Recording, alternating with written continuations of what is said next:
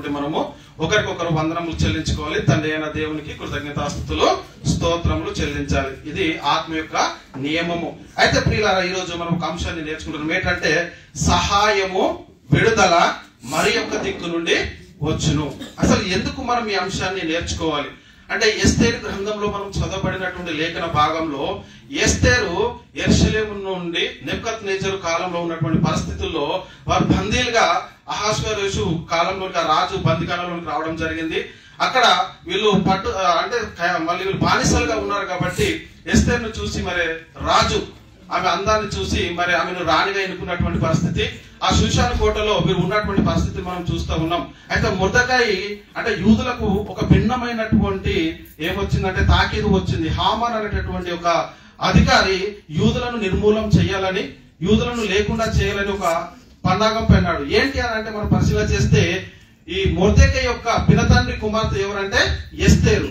ఈ ఎస్తేరు రాణిగా ఉన్నది. కానీ ఆయన జరుగుతుంది ఏమిటి అని అంటే, ఈ మొర్దెకై ఎప్పుడైతే ఈ రాజ్నగర్ లో అక్కడ ఒక ద్వారం యుద్ధ ఈయన పనిచేస్తూ ఉండేవాడు. ఈ హామాన్ అనేటటువంటి వ్యక్తి అతనికి అందరూ సాష్టాంగ నమస్కారం చేయాలని తాకిదులో ఉండేవి. ఈ మొర్దెకై ఎవరు అని అంటే యూదుడు దేవునికి తప్ప ఎదుటి వారికి నమస్కరించేటటువంటి పరిస్థితి ఆ కాలంలో లేదు. దేవునికి స్తోత్రం కలుగును గాక. ఎందుకంటే దేవుని కుమారులైనటువంటి వారు దేవునికే సాష్టాంగ పడాలి తప్ప ఇతరులకు కాదని అక్కడ మొర్దెకై ఆ రాజ శాసనం ఉన్నగాని ధిక్కరిస్తూ దేవుని కోసము నిలబడినట్టుగా మనకు అక్కడ కనబడతా ఉంటది.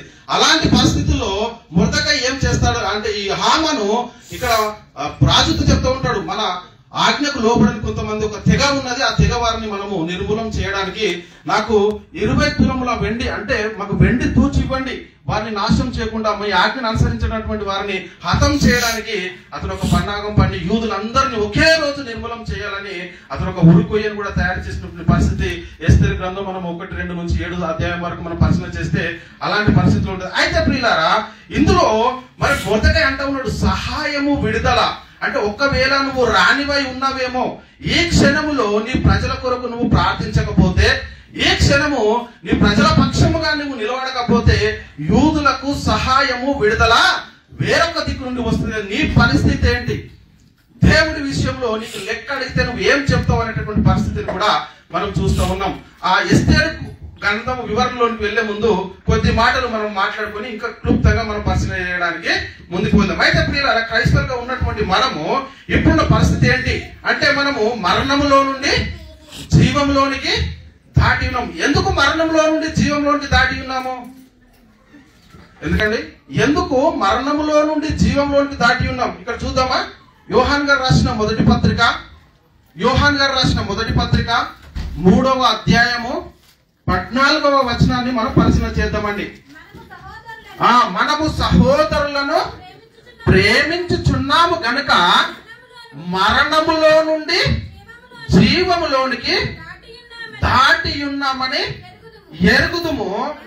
ప్రేమ లేనివాడు మరణమందు. దేవునికి స్తోత్రం కలుగును గాక. ఏంటంటే, మనము సహోదరులను ప్రేమించుచున్నాము గనుక మరణములో నుండి జీవంలోనికి దాటి ఉన్నాము. మరి ప్రేమ లేనివాడు ఎక్కడ ఉన్నాడట? ప్రేమ లేనివాడు ఎక్కడ ఉన్నాడండి? సహోదరులను ప్రేమించని వాడు ఎక్కడ ఉన్నాడంట? మరణమందు నిలిచి ఉన్నాడని చెప్తున్నటువంటి పరిస్థితిని మనం చూస్తా ఉన్నాం. దేవునికి స్తోత్రం కలుగును గాక. హల్లెలూయా. అయితే ప్రియులారా, మనం పరిశీలన చేస్తే క్రీస్తునందు విశ్వాసం ఉంచిన వారు మరణములో నుండి జీవంలోనికి దాటుతున్నారు. ఎందుకు అంటే, ప్రేమ అనేది ఎక్కడి నుండి మనకు ప్రత్యక్షపరచబడిందండి? ఒక వ్యక్తిని ఇంతలా ప్రేమించొచ్చు అని ఎవరు మనకు నేర్పించారు ఈ లోకంలో? దేవుడు యేసుక్రీస్తు వారిని లోకానికి మన కోసము తన్ను తాను బలిగాను అర్పణగాను అప్పగించినటువంటి పరిస్థితులు మనం చూస్తూ ఉన్నాం. ఆయన ఎంతవరకు ఒకరి కోసము ఒకరిని ప్రేమించవచ్చు అనేటటువంటి ఒక ఆజ్ఞ మన కోసము ఈ లోకంలో మనకు చెప్పినటువంటి పరిస్థితిని మనం చూస్తూ ఉన్నాం. కాబట్టి ప్రియులారా, ఇప్పుడు మనము మరి దేవుడు మనల్ని ప్రేమించి ఒక ఉన్నతమైనటువంటి స్థానంలో, ఒక శ్రేష్టమైనటువంటి స్థానంలో మనల్ని నిలబెట్టాడు. అయితే మనం చేయవలసిన పని ఏంటి ఈరోజు? మరి దేవుడు మనల్ని ఇంతగా ప్రేమించి, ఇంతగా మనల్ని మహిమపరిచి, ఘనపరిచి, ఒక ఉన్నతమైన, ఒక శ్రేష్టమైన, ఒక మహోన్నతమైనటువంటి స్థానంలో నిలబెట్టినటువంటి మనము మరి మన బాధ్యత ఏంటి ఈరోజు?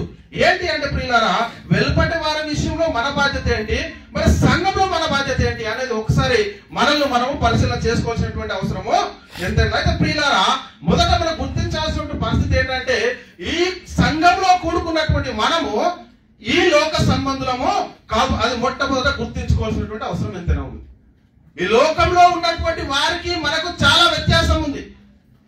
ఇక్కడే ఉంటూ ఒక సంబంధం, ఈ లోకంలోనే జీవిస్తూ పరలోకమైన సంబంధమైనటువంటి పౌరసత్వం కలిగినటువంటి వారము మనం మొట్టమొదట గుర్తించుకోవాలి. ఇక్కడ కొరింథీయులకు రాసిన మొదటి పత్రిక 6వ అధ్యాయం 19-20లో మనం పరిశీలన చేస్తే, కొరింథీయులకు రాసిన మొదటి పత్రిక 6వ అధ్యాయం 19-20లో మీ దేహము దేవుని వలన మీకు అనుగ్రహింపబడి మీలోనున్న పరిశుద్ధాత్మకు ఆలయమై ఉన్నదని మీరు ఎరగరా? మీరు మీ సొత్తు కాదు, విలువ పెట్టి కొనబడిన వారు గనుక మీ దేహముతో దేవుణ్ణి మహిమపరచండి. ఏంటండి? దేవునికి స్తోత్రం కలుగును గాక. మీరు మీ సొత్తు కాదు అని చెప్తా ఉన్నాడు. ఇక్కడికి వచ్చినటువంటి మనము మన సొత్తు కాదు, మనల్ని ఒక్కైనా విలువ పెట్టి కొన్నాడు. ఆ కొన్నైనటువంటి ఆజ్ఞని మనము పాటించాలి. అక్కడ మొర్దెకై ఒక అన్యుల దేశంలో ఒక రాజ్యాధికారంలో ఉండి కూడా ఒక అధిపతికి అంటే రాజుతో సమానంగా హెచ్చించినటువంటి ఒక అధిపతికి సాష్టంగా నమస్కారం చేయకుండా దేవునికి మాత్రమే నమస్కరించాడు. అలాంటి యూదులకు ఉన్నటువంటి ఆ శక్తి ఏంటంటే దేవుని కుమారులు వ్యక్తులకు కాదు ఇక్కడ లోపడవలసింది. ఎవరికి? మిమ్మల్ని విలువ పెట్టి కొనబడిన వారికి మీరు లోపడాలి. అదంటే దేవుని వాక్యం ఏం చెప్తా ఉంది ఇక్కడ? మీ దేహము దేవుని వల్ల మీకు అనుగ్రహింపబడి మీలో ఉన్న పరిశుద్ధాత్మకు ఆలయం ఉన్నదని మీరు ఎరగరా? మీరు మీ సొత్తు కాదు, మీరు విలువ పెట్టి కొనబడిన వారు కనుక మీ దేహంతో దేవుణ్ణి మహిమపరచాలి. అసలు దేవుని మహిమపరచే విషయంలో మన బాధ్యత ఏంటి? అసలు ఎందుకు వస్తున్నాము సంఘంలో? మన బాధ్యత ఏంటి? మన బాధ్యత మనం నిర్వర్తించకపోతే సహాయము విడుదల వేరొక దిక్కు నుంచి వస్తుంది. కానీ దేవుడు నిన్ను లెక్క అడిగినప్పుడు నీ పరిస్థితి ఏంటి అని మనం ఒకసారి మనల్ని మనము పరిశీలన చేసుకోవాలి ప్రియులారా. అందుకే ఇక్కడ మనం పరిశీలన చేస్తే ఈ షూషాను కోటలో మొర్దెకై సాష్టాంగ నమస్కారం చేయలేదు. ఎవరికి? హామానుకు. హామాను ఎవరంటే రాజు తర్వాత ఒక అధిపతిగా అతన్ని హెచ్చించి తన పక్కపొట్టు ఒక సింహాసనం వేసి కూర్చుండబెట్టాడు. ఆయనకు కూడా నమస్కారం చేయకపోతే యూదుల మీద హామాను పగబట్టి ఎలాగైనా వీరిని నిర్మూలం చేయాలి, ఎలాగైనా వీరిని యూదుల తెగను మొత్తం నాశనం చేయాలని ఉరుపైన నుంచి ఒకే రోజు అందరిని చంపడానికి మరి పరిస్థితి చేసేటువంటి పరిస్థితుల్లో మొర్దెకై ఆ రాజ్యం మీదకి ఒక దండు రాబోతుందని ఒకసారి ఒక ఇన్ఫర్మేషన్ మొర్దెకై ఇస్తాడు. ఆ పరిస్థితుల్లో తెల్లారితే మీరు అందరినీ నాశనం చేయాలన్నటువంటి పరిస్థితుల్లో రాజుకు నిద్ర పట్టకుండా చేశాడు దేవుడు. చేసి హామాను చేసినటువంటి మేలును మరి చూపించేలాగా అతనికి స్వప్నంలో కనబడి మరి మాట్లాడినటువంటి పరిస్థితి. అంటే అతడు ఆ గ్రంథం తెప్పించి ఆ గ్రంథంలో రాయబడింది మొర్దెకై ఏం చేశాడని. అలాంటి పరిస్థితిని ఆ గ్రంథంలో రాయించినటువంటి సంగతులు తెలుసుకున్న తర్వాత అప్పుడు చాలా అద్భుతంగా ఒక సమస్య నుండి బయటపడడానికి పరిస్థితి వచ్చింది. కానీ ఈ మొర్దెకై గాని ఈ ఎస్తేర్ గాని వీరి యొక్క పని ఏంటి? అదే అక్కడ మనకు చాలా స్పష్టంగా మనకు చెప్పినటువంటి పరిస్థితిని మనం చూద్దామా? ఎస్తేర్ గ్రంథము ఏమంటాడు? ఎస్తేర్తో ఇట్లు ప్రత్యుత్తరం ఇచ్చి రాజునగరులో ఉన్నంత మాత్రం చేత యూదులందరికంటే నీవు తప్పించుకొందువని. అంటే దేవుని సన్నిధిలోనికి వచ్చినటువంటి మనము మన బాధ్యత ఇంతే అని అనుకుంటే మనము దేవునికి లెక్క చెప్పాలి. ఏమంటున్నాడు? నీవు ఈ సమయమందు ఏమీ మాట్లాడక మౌనముగా ఉన్న ఎడల ఏమంటున్నాడు? యూదులకు సహాయమును విడుదలయు మరి యొక్క దిక్కు నుండి వచ్చును. గాని నీవును నీ తండ్రి ఇంటి వారును నశించెదరు. నీవు ఈ సమయమును బట్టి రాజ్యములకు వచ్చితేనేమో ఆలోచించుకొనుమని చెప్పుమనెను. అప్పుడు ఎస్తేరు మొర్దెకైతో మరలా ఇట్లనెను, నీవు పోయి ఆ షూషాను నందు కనబడిన యూదులందరినీ సమాజ మందిరమునకు సమకూర్చి నా నిమిత్తము ఉపవాసం ఉండి 3 దినములు అన్నపానములు చేయకుండుడి.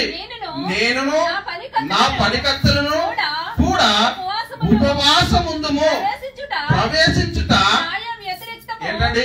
ఉపవాసముండుట ఆ దేశంలో న్యాయ వ్యతిరేకము ఉండకూడదు. రాజుకు తప్ప మీ దేవుణ్ణి పూజింపకూడదు అనేటువంటి శాసనాలు ఆ దేశంలో వచ్చినటువంటి పరిస్థితిని మనం చూస్తా ఉన్నాం.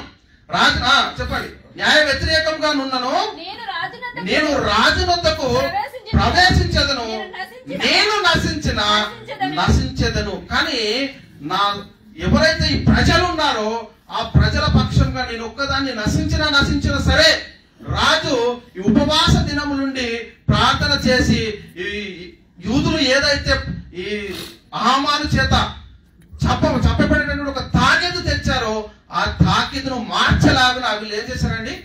ఉపవాస ప్రార్థనలు అనేటివి జరిగించారు. అంటే ఈరోజు ముఖ్యంగా ఈరోజు స్త్రీల సమాజం గురించి చెప్తున్నాం. ముఖ్యంగా మనకు ఉండాల్సింది ఏంటంటే విశ్వాసం. ఈ విశ్వాసము ప్రార్థన అనేది చాలా శక్తివంతమైనది. ఎవరు వచ్చినా గానీ నాకు ప్రార్థన రాదని ఎప్పుడు కూడా చెప్పొద్దు. దేవుడి దగ్గరికి వచ్చినటువంటి మనము ఆయనను 2 మాటలతో ప్రార్థించినా చాలు. మన చంటి పిల్లగాడు అచ్చిరాని మాటలతో మాట్లాడితే మనకు చాలా ఆనందం కలుగుతుందా, బాధ కలుగుతుందా? చిన్నపిల్లలు వాళ్ళు ఒక్కొక్క మాట మాట్లాడతారు చూడండి. అలాంటప్పుడు మనకు బాధ కలుగుతుందా, సంతోషం కలుగుతుందా? అంటే మాట్లాడడానికి ప్రయత్నం చేస్తా ఉన్నాడు, నాకు కుమ్మరంటే చాలా ఆనందం కలుగుతుంటుంది. అదే విధంగా మన పరలోకపు తండ్రి కూడా నీకు 2 మాటలు వచ్చినా సరే ఆ 2 మాటలతో దేవుని ప్రార్థించడానికి మనము ప్రయత్నం చేయాలి. అంటే ప్రార్థన అనేది చాలా ప్రాముఖ్యము అని మరి లేఖనం చెప్తుంది. అంటే ఈ ప్రార్థనలో ఏముంది? ప్రేమ. ఒక వ్యక్తిని కాపాడాలనేటువంటి ఒక ప్రేమ ఈ ప్రార్థనలో మనకు కనబడుతుంది. అంటే మొర్దెకై రాణిగా ఉన్న, మొర్దెకై ఎవరు? నార్మల్ మనిషి కాదు. అప్పుడు రాణిగా ఉన్న యూదులందరూ నశించాలని వచ్చినటువంటి చట్టాన్ని బట్టి ఒకవేళ రాజు నన్ను చంపేసినా పర్వాలేదు కానీ ఏ ఒక్క యూదుని ఆత్మ నశించకూడదు, ఏ ఒక్క యూదుడు నశించకూడదని మొర్దెకై తన ప్రాణాన్ని కూడా ప్రాణంగా పెట్టి అక్కడ అదే చెప్తా ఉన్నాడు. ఏంటంటే న్యాయ వ్యతిరేకం ఇస్తారు. ఈ న్యాయ వ్యతిరేకం అండి. అంటే ఉపవాస ప్రార్థనలు జరిగించుట ఆ రాజ్యంలో న్యాయ వ్యతిరేకం. అదే చెప్తున్నాడు. నా పనికత్తలు కూడా ఉపవాసం ముందు ప్రవేశించడం న్యాయ వ్యతిరేకంగా ఉన్నది సరే అంటది. రాజునొద్దకు నేను వెళ్తాను, వెళ్ళి మరి నా ప్రార్థనలు అనేవి జరిగిస్తాను. ఎందుకంటే ఏదైతే తాకిదులు వచ్చాయో ఆ తాకిదులు పూర్తిగా మరి రద్దు అయ్యేలాగున వారు ప్రార్థన చేశారండి. అంటే మన జీవితంలో ప్రార్థన ఒక వ్యక్తి కోసం, ఒక వ్యక్తిని ప్రేమించడం కోసము ప్రార్థన ఎంత అవసరమో అనేది చాలా అద్భుతంగా మనం ఎస్తేరు ద్వారా, అంటే నా ప్రాణం పేనా పర్వాలేదు కానీ ఏమంటున్నాడంటే ఎస్తేరు ఏమంటుందంటే వీళ్ళందరి కోసము ఉపవాస ప్రార్థనలు చాటించి రాజు నగర్నే పనికత్తులతో అందరిని మార్చేసినటువంటి పరిస్థితిని మనం అక్కడ, అంటే ఒక విశ్వాస జీవితాన్ని ఎలా జీవించవచ్చు అనేటువంటి చెప్పినటువంటి పరిస్థితిని మనం చూస్తా ఉన్నాం. అంటే మన ఆత్మీయ స్థితిలో పడిపోకుండా మనల్ని మనం కట్టుకోవడానికి, ఒక మంచి జీవితాన్ని జీవించడానికి దేవుడు మనకు ఒక ఆలోచన, మంచి స్టేజ్ని ఇచ్చాడండి. ఎంతో గొప్ప ఉన్నతమైన స్థాయిలో మనం నిలబెట్టాడు. ఈ రోజు మనం ఇలా చెల్లిస్తున్నాం, ఇలా నడుస్తున్నాం, ఇలా ఉండగలుగుతున్నాం అంటే దీనికి కారణం ఎవరు? దేవుడే. మరి అలాంటి దేవునితో మనము ఎలా ఉన్నాము అనేది ఒకసారి మనల్ని మనమే పరిశీలన చేసుకోవాలి. ప్రియులారా, సంఘం కోసము మన వంతు మన బాధ్యత నిర్వర్తించాల్సిన పరిస్థితి తప్పనిసరిగా ఉన్నది. సంఘము ఆయన శరీరం కోసము క్రీస్తు పడినటువంటి పాటలలో కొదువైన వాటిని మన వంతు మన శరీరంలో వహించుకోవాలి. మన వంతు మనం చెయ్యాలి. అదే ఇక్కడ ఈరోజు లేఖనం చెప్తుంది. సహాయము ఒకవేళ చేయకపోతే, మన సమయం వచ్చినప్పుడు దేవునిలో మనం వాడబడకపోతే విడిచిపెడతాడా దేవుడు? సహాయము, విడుదల మరి ఒక్క దిక్కు నుంచి వస్తుంది. కానీ నీవును నీ కుటుంబం వారు నశించేటటువంటి పరిస్థితి ఉంటుందని మొర్దెకై మరి అక్కడ హెచ్చరిస్తున్నటువంటి పరిస్థితి మనం చూస్తున్నాం. కాబట్టి ప్రియులారా, మన విశ్వాస జీవితంలో మనం ఎలా ఉన్నాము అనేది మొట్టమొదట మనం పరిశీలన చేసుకోవాలి. ప్రేమ ఈరోజు ఏంటండి? క్రైస్తవులు అంటే ఎవరండి? క్రైస్తవులు అంటే ద్వేషకుల, క్రోధుల, కక్షల, కుల్ల, కుతంత్రమా? ఏంటి క్రైస్తవులు అంటే అర్థం ఏంటి? ఎవరిని నమ్ముకొని ఇక్కడికి వచ్చాము మనము? ఎవరి ప్రేమ ద్వారా ఇక్కడికి వచ్చాము? మరి ఆయన అంతటి ప్రేమ చూపిస్తే మనల్ని కక్షలు, కుళ్ళు, కుతంత్రాలు ఎక్కడి నుంచి వచ్చాయి? ఏంటండి ఒకసారి ఆలోచించండి. అంటే దేవుడు ప్రేమా స్వరూపి, ఆయన అంగీకరిస్తున్నటువంటి ప్రేమా స్వరూపంగా ఉండాల్సినటువంటి మనకి మరి ఇవన్నీ ఎక్కడికి వచ్చాయి? సంఘంలో ఈ అభ్యంతరాలు ఎలా వస్తా ఉన్నాయి? ఒకసారి ఆలోచన చేయండి ప్రియులారా. అంటే క్రైస్తవులు ప్రేమా స్వరూపి. కానీ ఈరోజు ఎలా కనబడతా ఉందంటే ప్రేమకు వ్యతిరేకంగా భిన్నమైనటువంటి క్రైస్తవ సమాజాన్ని మనం ఈరోజు చూస్తా ఉన్నాం. ప్రియులారా, పరిశీలన చేయండి. క్రైస్తవుల నుండి ప్రేమ చూపాల్సింది పోయి క్రీస్తు ప్రేమను చాటాల్సింది పోయి ఒకరితో ఒకరంటే మనకు పగలున్నటువంటి పరిస్థితి మనం చూస్తున్నాం. చూడండి, ఇది క్రైస్తవేమా? ఇది క్రీస్తుని అంగీకరించిన విధమా? నీ కోసం తన ప్రాణాన్ని పెట్టి ఆఖరి రక్త బిందు వరకు కార్చి నీ మీద ప్రేమ చూపిస్తే ఆ ప్రేమనంతా పక్కకు పెట్టేసి ఒక వేషము ధరించుకొని ఇక్కడికి వస్తే లాభమేమి లేదు. హృదయంలో ప్రేమ అనేది సమృద్ధిగా ఉండాలి. అప్పుడే మనము సహోదరులను ప్రేమించని వాడు ఎక్కడ ఉన్నాడట? మరణములో నిల్చున్నాడు. మనము సహోదరులను ప్రేమించుచున్నాము కనుక మరణములో నుండి జీవంలోనికి దాటి ఉన్నాము. మరి సహోదరుని ప్రేమించని వాడు ఎక్కడ ఉన్నాడట? మరణములో ఉన్నాడని మనం మొట్టమొదట గుర్తించుకోవాల్సినటువంటి అవసరము ఎంతైనా. ప్రియులారా, చాలా ప్రాధాన్యత ప్రేమ. ఒకరి కోసము ప్రార్థించడము, ఒకరి కోసము మనం వేడుకోవడం, దేని సన్నిధిలో మొరపెడతా ఉండాలి. ఆ రాజునగర్ లో యూదులందరి కొరకు ఎస్తేరు ఏం చేసిందంటే ఉపవాస ప్రార్థన నుండి మరి అది విభిన్నమైన సరే, నా ప్రాణం అయినా సరే అని ఒక ఎస్తేరు యూదుల ప్రాణాలందరినీ కాపాడడానికి ఆ ప్రార్థన ద్వారా ఏం చేసిందంటే ఆ రాత్రి రాజుకు నిద్ర పట్టనివ్వాల. వీళ్ళు చేసినటువంటి ఆ ఉపవాస ప్రార్థన ద్వారా ఏదైతే ఉరుకోయని చెక్కాడో హామాను యూదులందరినీ ఒకే రోజు సంహరించాలని, ఎప్పుడైతే వీళ్ళు ఉపవాస ప్రార్థనలు చేసి ఎప్పుడైతే దేవుణ్ణి వేడుకున్నారో రాజుకు నిద్ర పట్టకుండా చేశాడు. రాజు గ్రంథమందు ఒకసారి మొర్దెకై ఒక దేశం మీదకి ఏదో ఒక యుద్ధం వచ్చినప్పుడు దాన్ని చూసి రాజునగరంలో తెలియజేశాడు. అప్పుడు నిద్ర పట్టక గ్రంథం తెచ్చి ఉన్నప్పుడు మొర్దెకై చేసినటువంటి మంచి పనిని గుర్తించి ఏం చేశాడంటే ఆ రద్దు చేశాడు. ఒక వ్యక్తిని నేను సన్మానించాలనుకుంటున్నాను, ఒక వ్యక్తిని నేను ఎంతగా సన్మానించాలి అని అంటే ఈ హామాన్ అనుకుంటున్నాడు, నన్ను తప్ప ఇంకా సన్మానానికి ఇక్కడ ఎవరున్నారు అని అనుకొని ఆ సన్మానానికి సంబంధించినవన్నీ ఒక లిస్ట్ ఇచ్చేశాడు. లిస్ట్ ఇచ్చిన తర్వాత ఏం చెప్పాడు తెలుసా? హామాను డైరెక్ట్ నువ్వు ఏమంటున్నావు అవన్నీ మొర్దెకైకి వేసి అని చెప్పాడు. దేవునికి స్తోత్రం కలుగును గాక. ఉరికొయ్య మీద యూదులందరినీ సంహరించాలి, హామాను సంహరించాలని చేసినటువంటి రాజ చట్టాలే వీళ్ళు చేసినటువంటి ప్రార్థన ద్వారా ఏమైపోయాయి? తిరిగి తీర్మానమైపోయినటువంటి పరిస్థితిని మనం అక్కడ చూడగలుగుతా ఉన్నాం. ఏంటంటే ప్రార్థన ఎంత శక్తివంతమైనది, ప్రేమ ఎంత శక్తివంతమైనది అనేది మనకి ఇక్కడ ఎస్తేరు గ్రంథంలో మనకు చాలా అద్భుతంగా కనబడుతూ ఉంటది.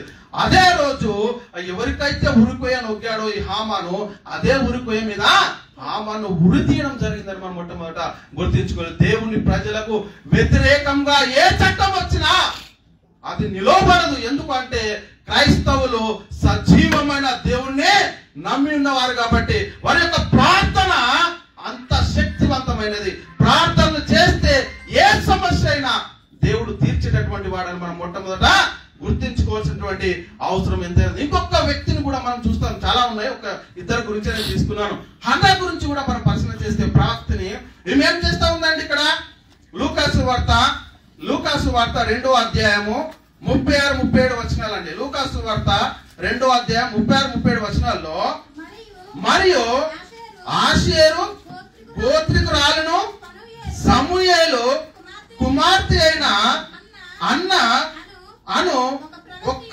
ప్రవక్తి ఉండెను. ఆమె కన్యత్వము మొదలు 7 ఏళ్ళు పెనిమిటితో సంసారం చేసి బహుకాలము గడిచినదై 84 సంవత్సరములో విధవరాలై ఉండి ఏం చేస్తా ఉందండి అన్న? దేవాలయము వీడక ఉపవాస ప్రార్థనలతో రేయి పగళ్ళు ఏం చేస్తుంది? సంఘానికి వచ్చి వెంటనే వెళ్ళిపోతుందా? ఆమె సేవ అంటే దేవుణ్ణి వెంబడించడమే కాదు, సంఘంలో పరిచర్య ఉంటదండి. దేవునికి స్తోత్రం కలుగును గాక. హల్లెలూయా. సంఘము అని అంటే అందరు కలిసి చేస్తే అది సంఘం ఏ ఒక్కరిది కాదు. అంటే సంఘము అంటే ఆయన శరీరం. ఈ శరీరంలో మన అవయవాలు ఎలా ఉన్నాయో అలా అందరు ఈ సంఘంలో పని చేయాలి. అంటే ఏం చేస్తా ఉందంటే ఆమె దేవాలయము వీడక ఉపవాస ప్రార్థనలతోనూ రేయింపగల్లో సేవ. అంటే మనకు అదే చెప్తున్నానండి నేను, మన సమయం అంటే మన శక్తి కొలది మనము ఎంత చేయగలుగుతామో పరిచర్య దేవుని సన్నిధిలో మనమంతా చేయాలి. దేవునికి స్తోత్రం కలుగును గాక. ఒకవేళ నీకు సమయం ఉన్నా, నీకు ఆ శక్తి ఉన్నా, నువ్వు చేయకపోతే సహాయము విడుదల ఇంకోళ్ళు చేస్తారు. కానీ కానీ దేవుడు లెక్కడిగినప్పుడు నువ్వు ఎక్కడికి పోతావు? సహాయము విడుదల యూదులకు వేరొక దిక్కున వస్తుంది. ఎస్తేరు ఈ సమయంలో ఈ రాజ్యానికి నువ్వు అందుకే వచ్చుతావేమో ఒకసారి జ్ఞాపకం చేసుకో అని మొర్దెకై జ్ఞాపకం చేస్తున్నాడు. జ్ఞాపకం చేయకుండా ఎవరికి తెలియదు రానికి. అంటే జ్ఞాపకం చేయాలంటే నా పని ఏంటి? నేను కూడా అదే చెప్పాలి. ఏడైతే నశించిపోతా ఉన్నారో, ఎక్కడైతే క్రీస్తు సంఘము శిథిలమైపోతుందో దాన్ని లేవనెత్తడానికి దేవుడు అనేక మంది సేవకులను వాడుకుంటూ తన మాటల ద్వారా తన వాక్యం ద్వారా ఆత్మలను నడిపింపజేసేటువంటి పరిస్థితి ఉంటుందని మనం మొట్టమొదట గుర్తించుకోవాలి. కాబట్టి మన విషయంలో అంటే మొట్టమొదటిగా మనం ఏం చేయాలంటే ప్రార్థన అనేది చాలా అవసరము. ప్రార్థన జీవితం చాలా అవసరం. ఒక వ్యక్తి కోసం ప్రార్థన చేయి అంటే ఒక వ్యక్తి కోసం ప్రార్థన చేస్తే ఆ వ్యక్తి నీ కోసం మారట్లేదంటే మారడండి. ఈ వ్యక్తి మారట్లేదంటే మారడు. ఎలా మారతాడు? ప్రార్థన ఆ రాత్రి రాజకీయ నిద్ర పట్టకుండా చేసింది. దేవునికి స్తోత్రం కలుగును గాక. అందరూ ఉపవాసం ఉండి ప్రార్థన చేస్తే ఒక రాజు యొక్క మనసును మార్చగలిగింది ప్రార్థన. ప్రార్థన చూడండి ఎంత శక్తివంతమైనది అనేది మనం మొట్టమొదట గుర్తించుకోవాలి. కాబట్టి ప్రియులారా, మనలో ఈ భారం ఎంత మట్టుకు కనబడతా ఉంది సంఘంలో. ఈ పరిచర్య చేస్తున్నామా? సంఘం కోసం ఉపవాస ప్రార్థనలు కానీ, సంఘం కోసము సహోదరులను ప్రేమించడం, ఒక వ్యక్తి గురించి ఒక వ్యక్తి ప్రేమతో మాట్లాడడం కానీ, ప్రార్థించడం కానీ మన జీవితంలో జరుగుతూ ఉందా? ఎందుకంటే ప్రేమ లేని వాడు మరణమందు నిల్చున్నాడని వాక్యం నేను కాదు చెప్పేది. ఏమని చెప్తారు? దేవుని వాక్యము సహోదరుని ప్రేమించిన వాడు ఎక్కడ ఉన్నాడట? మరణమందు నిల్చున్నాడని. లేక అయితే క్రీస్తు యేసులోనికి బాప్తిస్మం పొందిన మనం అందరము ఏం ధరించుకున్నామండి? కుళ్ళు, కల్మషము, కపటము, వేషధారణ, నిందలు, అసహ్యులు అంటే సమస్త కల్మషమును విర్రవిగుచున్న దుష్టత్వం ఉందంట. అలాంటివి ధరించుకున్నామా? క్రీస్తు యేసులోనికి బాప్తిస్మం పొందిన మనం అందరము ఆయనను ధరించుకోవడం అంటే ఏంటి అసలు తెలియదు. ఆయన యొక్క మహిమ, ఆయన యొక్క గుణలక్షణము, ఆయన యొక్క స్వభావము, ఆయన యొక్క ప్రేమ ధరించుకున్న వాళ్ళం మనం ఈరోజు. క్రైస్తవం అంటే అల్లాటప్ప కాదు, ఏదో వచ్చిపోయినాం అనేది కాదు.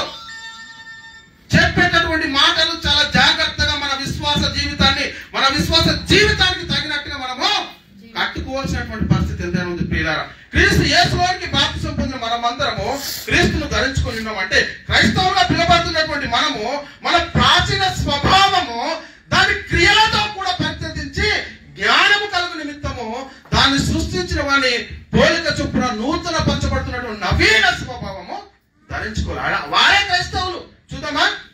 కొలెస్సీలకు రాసిన పత్రిక అపోస్తలుడైన పౌలు గారు కొలెస్సీలకు రాసిన పత్రిక 3వ అధ్యాయము 7 నుంచి 10 వచనాలు మనం పరిశీలన చేస్తే, పూర్వము వారి మధ్య జీవించినప్పుడు మీరును వీటిని అనుసరించి ఎప్పుడు ఒకప్పుడు విషయం ఇది. ఇప్పుడైతే మీరు కోపము, ఆగ్రహము, దుష్టత్వము, దూషణ, మీ నోట బూతులను వీటన్నిటిని విసర్జించుడి. ఏంటండి? ఒక్కనితో ఒకడు అబద్ధమాడకుడి. ఏలయనగా ప్రాచీన స్వభావమును దాని క్రియలతో కూడా మీరు పరిత్యజించి జ్ఞానము కలుగు నిమిత్తము దానిని సృష్టించిన వాని పోలిక చొప్పున నూతన పరచబడుచున్న నవీన స్వభావమును ధరించి మనం ఏ స్వభావం ధరించుకున్నామండి? నవీన స్వభావాన్ని ధరించుకున్న వారినే క్రైస్తవులు అంటారు. ఒకప్పుడు జీవించినటువంటి జీవితాన్ని విడిచిపెట్టి క్రీస్తులో బ్రతక వారినే క్రైస్తవులు అంటారు. ఏంటండి? ఒకరితో ఒకడు అబద్ధం ఆడకుని ఏలేనుగా ప్రాచీన స్వభావం తన క్రియలతో కూడా మీరు విడిచిపెట్టాలి. ఒకప్పుడు మీరు ఎలా ఉన్నారట? పూర్వము వాటి మధ్య జీవిస్తున్నటువంటి పరిస్థితి. మరణం వచ్చిన తర్వాత చనిపోయిన వారిని పొందబెట్టి మన ఇంటిని వస్తే మనము ఏమంటాం? చనిపోయిన తర్వాత మళ్ళీ వేసి మన ఇంటి వస్తాడా? వస్తారండి? మరి క్రీస్తు యేసులోనికి బాప్తిసం పొందిన తర్వాత పాత జీవితాన్ని సమాధి చేసిన తర్వాత మళ్ళీ ఇక్కడ ఎలా లేస్తుంది? మరి ఎలా లేస్తుంది? హృదయంలో ఎలాంటి కల్మషం వస్తుంది అంటే నువ్వు చచ్చినటువంటి చావు సరైనది కాదు, నువ్వు తీసుకున్నటువంటి బాప్తిసం సరైనది కాదు. నువ్వు నిజంగా ప్రభులో చనిపోతే నీకు ఇలాంటి ఆలోచన ఉండదు. తన్ను తాను హెచ్చించుకున్నవాడు తగ్గించబడతాడు. తన్ను తాను తగ్గించుకున్న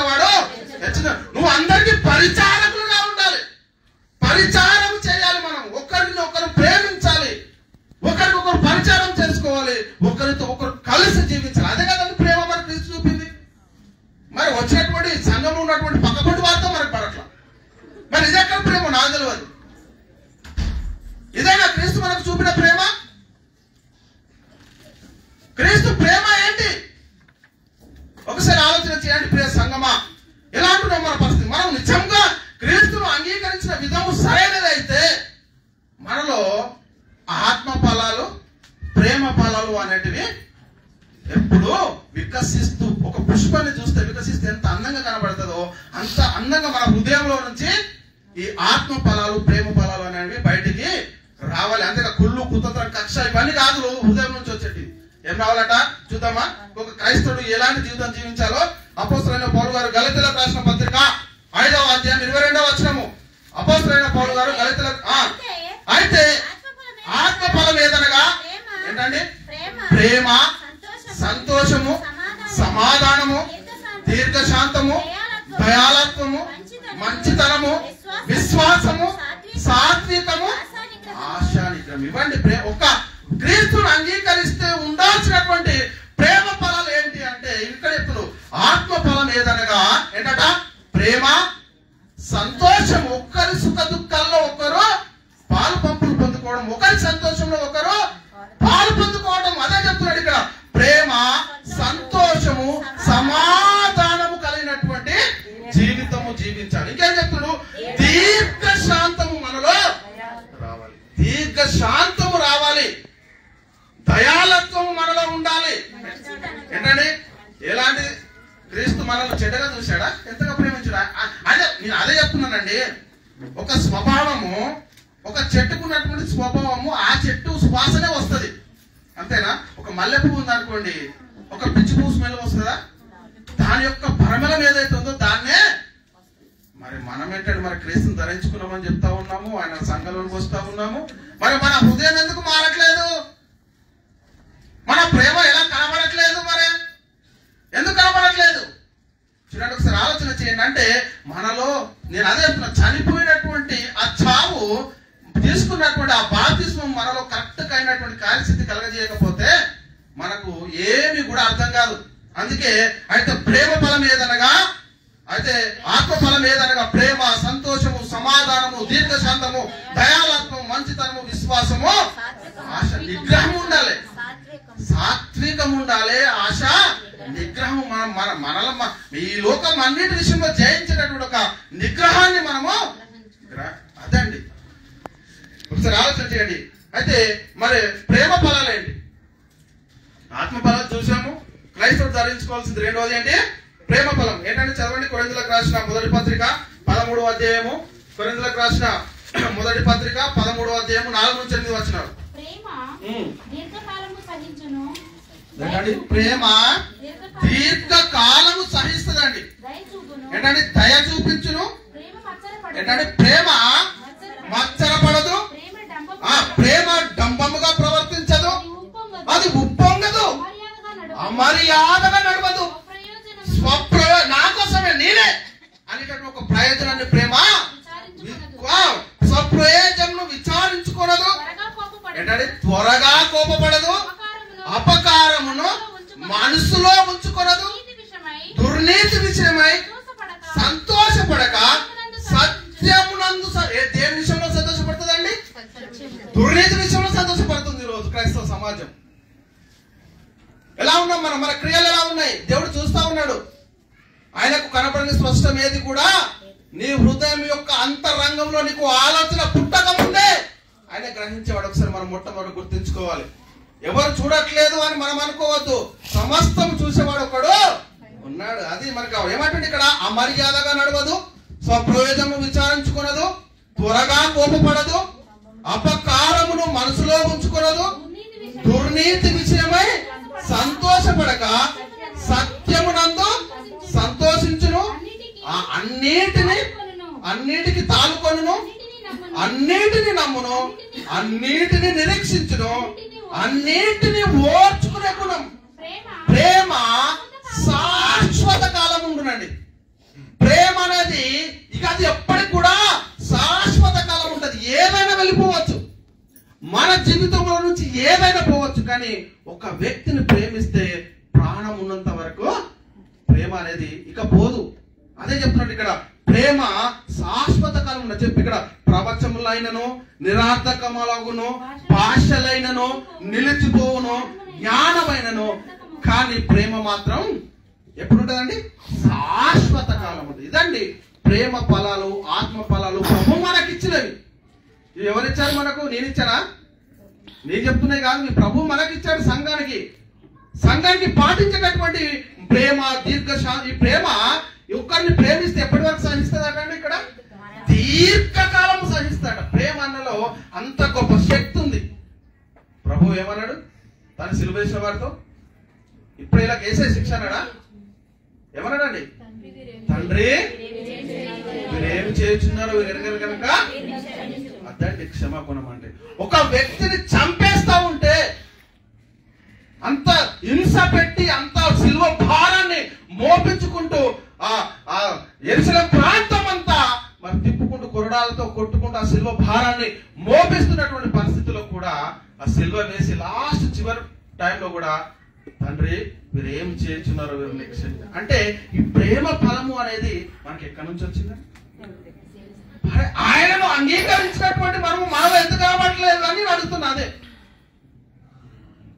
ఇలాంటి ప్రేమ ఫలాలు ఎందుకు మనలో కనబడట్లేదు? ఎందుకు మరి మనం క్రీస్తునందు విశ్వాసం నుంచి వ్యర్థమే కదా? ఆయన గుణాన్ని మనం ధరించుకోకపోతే ఇక మనం ఆయన వారు ఎలా అవుతాము? ఆయన ఏమన్నాడు? నా వాడు కాదు అన్నాడు. ఇంకా మళ్ళీ ఏమంటున్నాడు? అయితే అటు లేకపోతే ఇటు నులివెచ్చకుంటే ఏమన్నాడండి?